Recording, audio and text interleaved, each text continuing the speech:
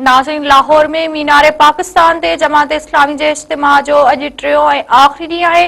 इज्तिमा में हज़ारे माण्हू शरीक आहिनि। इज्तिमा खे ख़िताब कंदे जमात इस्लामी जे अमीर हाफ़िज़ नईम चयो आहे त पाकिस्तान ते चंद माण्हुनि जो कब्ज़ो आहे। असीं क़ौम परस्त न थींदासीं, आबादियुनि खे तक़सीम न कंदासीं, असीं सूबनि खे पाण में न वेड़ाईंदासीं। हाफ़िज़ नईम वधीक चयो आहे त पाकिस्तान जी जमातुनि में नज़म ऐं ज़ब्त जो बहिरान आहे। जमात इस्लामी में जेको हलंदो निज़ाम तहत हलंदो। असांजो मक़सद इज्तिमाइयत खे मज़बूत करणु आहे। माण्हू पाण शामिल थींदा वेंदा जेसीं ताईं क़ौमी चूंडनि जी शेड्यूल जो ऐलान न थिए, तेसीं ताईं असांजो कम बि उम्मीदवार नाहे।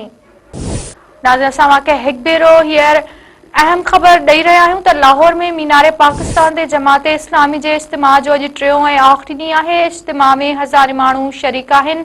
इज्तिमा खे ख़िताब कंदे जमात इस्लामी जे अमीर हाफ़िज़ नईम चयो आहे त पाकिस्तान ते चंद माण्हुनि जो कब्ज़ो आहे। असीं क़ौम परस्त न थींदासीं, आबाद खे तक़सीम न कंदासीं, असीं सूबनि खे पाण में न विड़ाईंदासीं।